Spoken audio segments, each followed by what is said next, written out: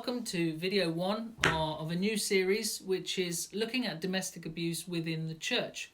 I guess the purpose in our heart of creating these videos is that we've really felt that we should be talking about healthy relationships, but at the same time doing a parallel kind of collection of explanations about what is domestic abuse. Together with my wife Annie, we pastored the congregation Bright Hope in Reading, but also I work within the field of domestic abuse for a local authority, and so kind of feeling that God has brought those two together, and we've had in our heart to kind of start moving this idea of churches need to be aware of the problem of domestic abuse. So this is kind of our first steps into that. This is video 1, and I just want to dive straight in and talk a bit about what is domestic abuse. I think that we're not going to be able to sort out a problem if we don't know exactly what it is. And I guess for many years people have just felt that domestic abuse was domestic violence, was just the act of physically somebody doing something to somebody else. I guess, are starting to realise that domestic abuse is so much more. And so the heart would be, well, actually, is this happening in the church?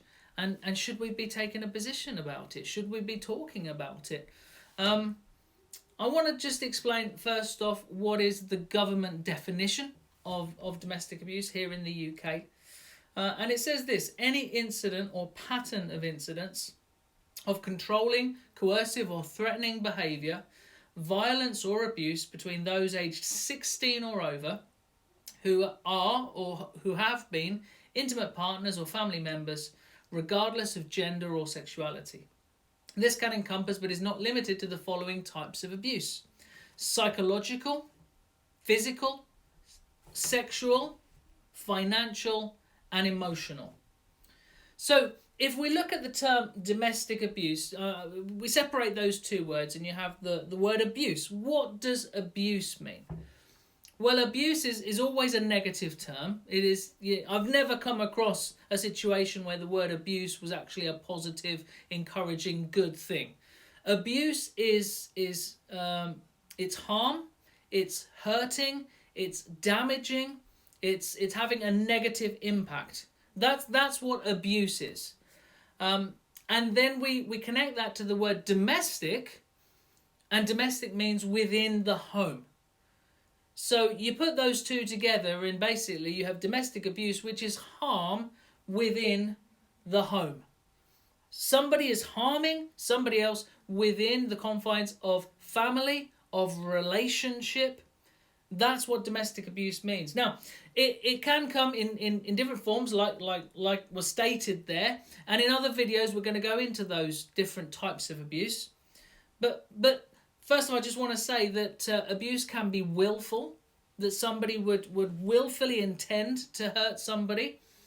I kind of get the impression that nobody does anything without a motivation. There is a motivation behind everything. You know, if you're hungry, that will lead you to go and attack the fridge. If you're thirsty, that will cause you to go and drink. Well, domestic abuse also has a motivation behind it. What is the reasoning behind it? Well, we will look at that at some point. But there are people that will willfully abuse, that they will know what they're doing and they will know this is harmful, but they will keep doing it. Some type of abuse, domestic abuse, can quite often be negligence.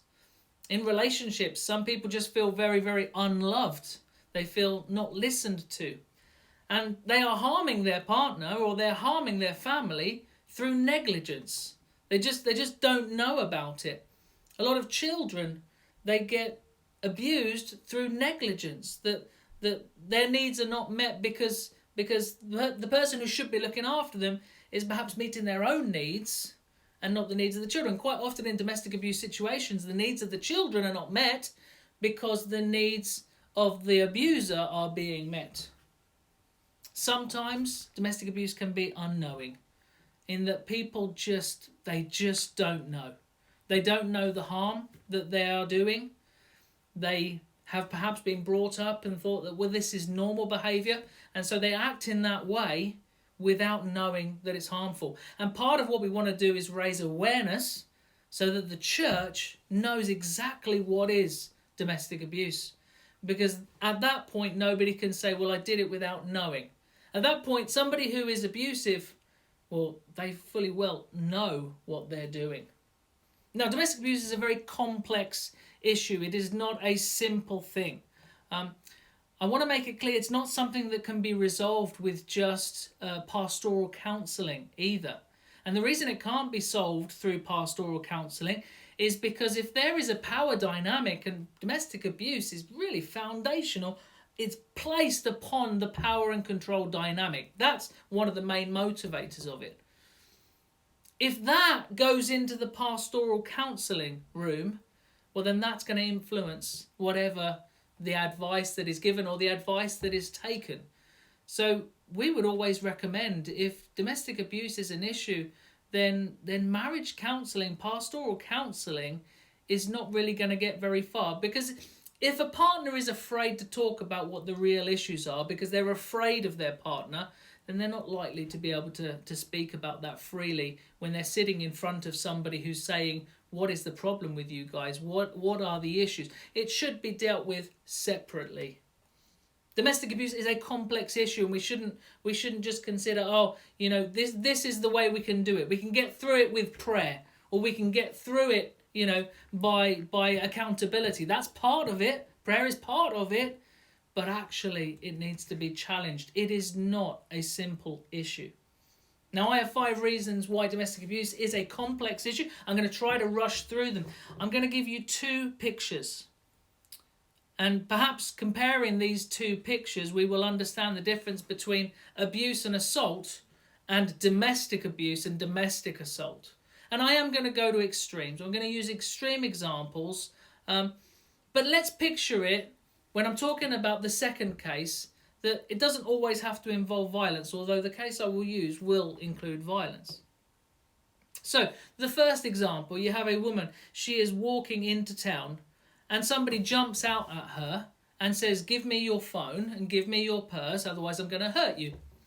And perhaps she resists and she tries to run away, but he gets, catches up with her, is able to overpower her. He is a young man, she is a middle-aged woman. And unfortunately, he has a physical advantage. And so he grabs her, he throws her to the ground, he's angry with her, he says some really nasty abusive things to her, uses verbal abuse there. And he says, why didn't you just give me your phone? I wouldn't have to hurt you if you didn't give me your phone. She doesn't want to give him the phone, so he rips it out of her hands. And then for good measure, he kicks her in the stomach, he may punch her, and then he runs off with the phone and with her handbag. Now, what does this woman do? The likeliest scenario, and I've run through this scenario with a good number of people, the conclusion is that she would probably seek help. That she would either try to get somebody who she can borrow their phone, she can explain what has happened. She may make a beeline for the police station. She wants to report this crime. She's just lost her phone that's been taken from her. She's feeling this unjust situation. She's going to seek some type of help. She's going to want to report it. That would be in many cases. There will be some few that won't want to report anything and then will just say, no, I can't bother, or I'm afraid of reporting it. But I think that the majority of people in that situation would want to report it. So she would go and she would report it. And perhaps she gives a description to the police officers of her assailant. When she's taken home, the police officers say to her family, here's, your mum, or here's your wife, and she's just gone through this traumatic situation, and here we're just dropping her off with you. And the family would likely get around her and would perhaps cry with her and would perhaps comfort her and would, maybe want to know what happened.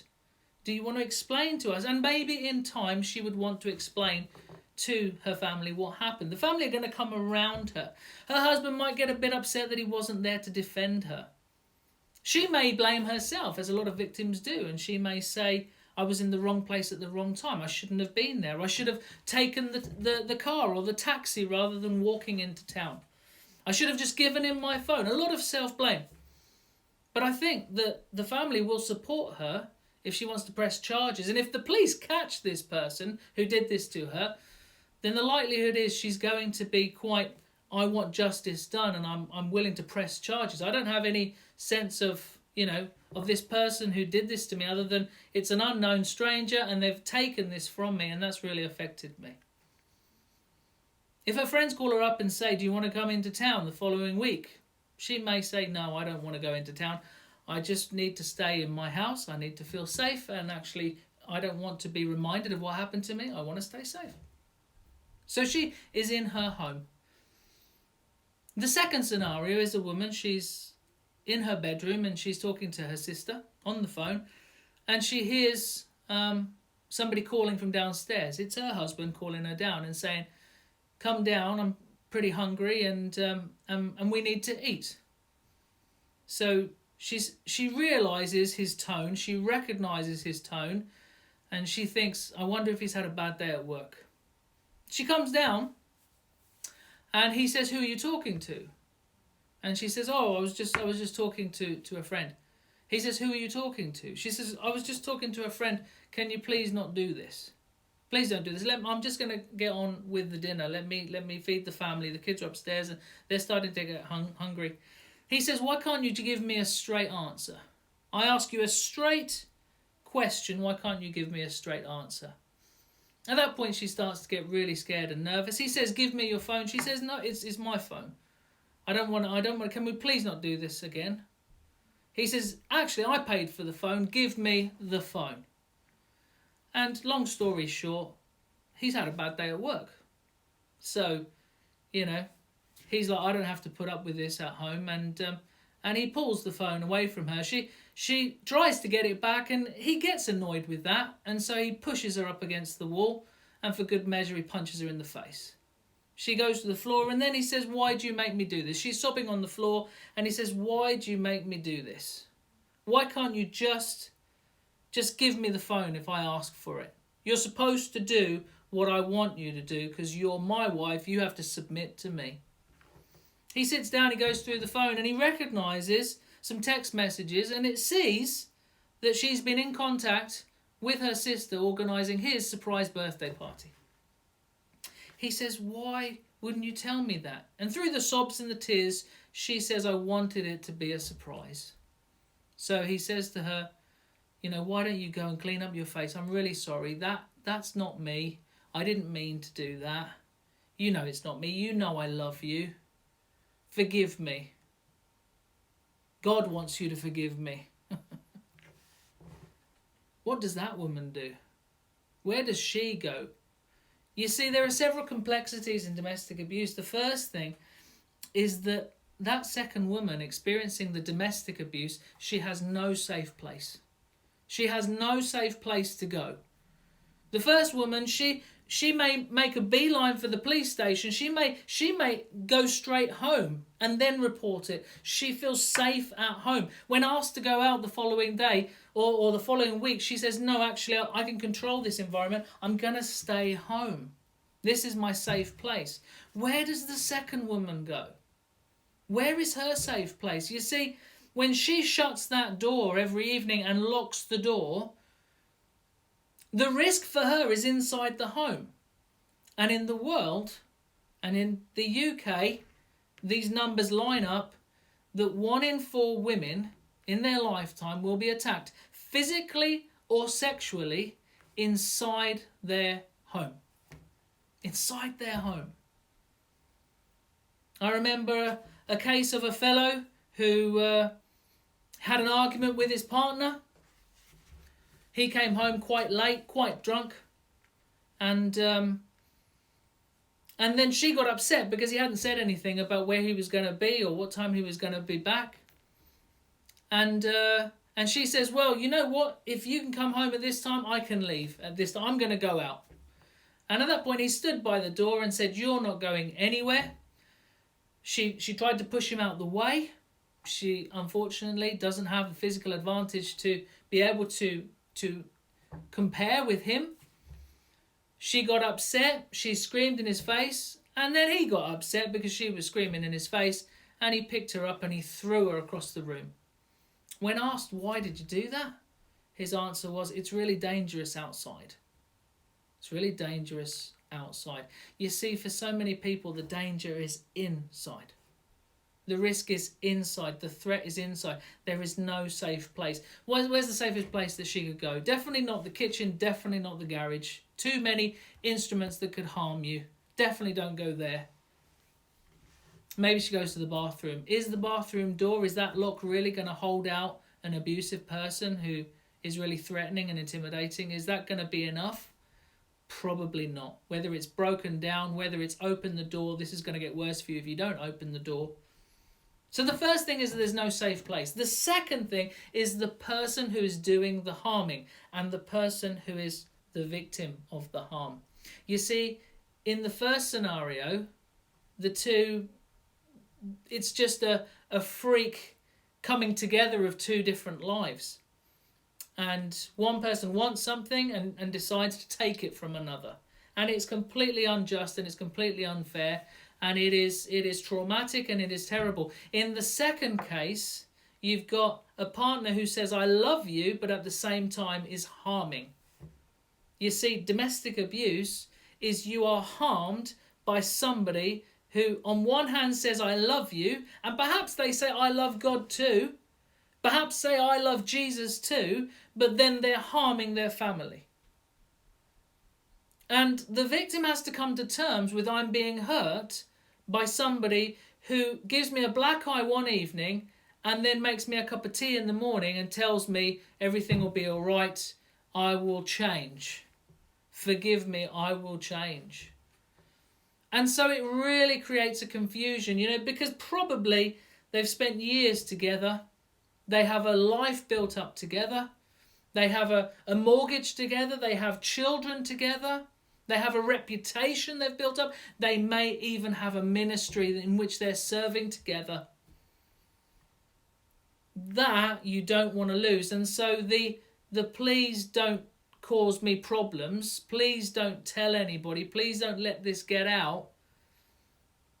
You see, domestic abuse is between intimate partners, between family members, people who should be loving one another, and it creates a whole confusion. And that leads on to the third complication, which is domestic abuse is underreported, very much because of that second reason, that there's so much, there is love there. I don't want to get him in trouble. I don't want to get him arrested. I don't want to take dad away from the kids. I don't want him to lose his job. I don't want to lose the income. How would we survive without him? And he may have convinced everybody that everybody needs him. And that will be part of the emotional abuse that he will use and the power and control dynamic. But the partner, won't want to report it to the police. If the neighbours call up the police, or if one of the children calls up the police, then more times than not, the victim will withdraw statements or will say nothing happened or it's not that bad. Or again, they'll blame themselves. It was my fault. I caused this. So it's an underreported issue. Nobody wants to talk about it. Nobody calls up their friend and says, oh, by the way, he gave me another dislocated eye socket and another broken rib. What's on the telly tonight? People don't talk. Domestic abuse is a taboo subject and it is an underreported. So we don't know. The statistics that we have are frightening statistics and they are not scratching the surface of how much domestic abuse is occurring. And guess what? In the church, it's underreported. It is even more underreported because there's a whole element of reputation and spirituality and sometimes the use of the church, which is supporting abusers rather than actually bringing them, holding them to account. The fourth is that domestic abuse is generally a repeat issue. It's not a one-off. When the woman says, please don't do this again, when she recognises his tone and where this is going, when she's thinking, has he had a bad day at work? The reality is that for victims, domestic abuse is hardly ever a one-off. It starts off with different types of abuse. It moves into violence. It escalates. It grows. And violence isn't the go-to. If somebody can control their partner without using violence, then they will do that. And quite often victims don't believe it's domestic abuse because, well, he's never been violent. He's never hit me. But maybe the emotional toil and the insults and the put downs and the constant criticism and the chipping away of their soul is enough to get them to do exactly what I want them to do. And so they don't need to use violence. Maybe the aggression or the breaking of things, the throwing of plates, the screaming at the dog and the cat, the storming off and the stomping away, those temper tantrums, maybe that's enough to control. And guess what? That is still really abusive. It's a repeat issue. We call it a web of abuse. And the final one is the impact on the family. You see, the first lady, she got home and everybody got around her and surrounded her. The second lady, her family is separated. The kids are upstairs. They've put on a DVD because they know the drill. They know when the shouting starts that we need to drown it out, and the older brother hugs the little sister and says, "It's all right. Let's watch this movie. Let's put on Netflix and forget about everything else." They know to stay up until finally things have calmed down, and they're either told they can calm down or they have to stay up and their dinner is a packet of crisps. They're told to be secretive about it, to not tell anybody what's happening, under threat of you may be removed from the home. You see, domestic abuse doesn't bring a family together. Outside trauma quite often will unite. Problems, quite often when they're outside, they unite families. But when they are families tearing themselves apart, and domestic abuse tears families apart, it destroys relationships. It destroys marriages and couples, and it destroys children's lives. And that is all happening in the church. We've got to do something about it. That's my first video, and I would just encourage anybody to share this. Share it with someone else, whether they go to church or whether they don't go to church. They can hear all of these points that I'm trying to make, trying to raise some awareness, whether you believe in Jesus or not. At the end of the day, we want to confront domestic abuse in any area, and we feel called to do it in the church. So the Lord bless you, and look out for our next video.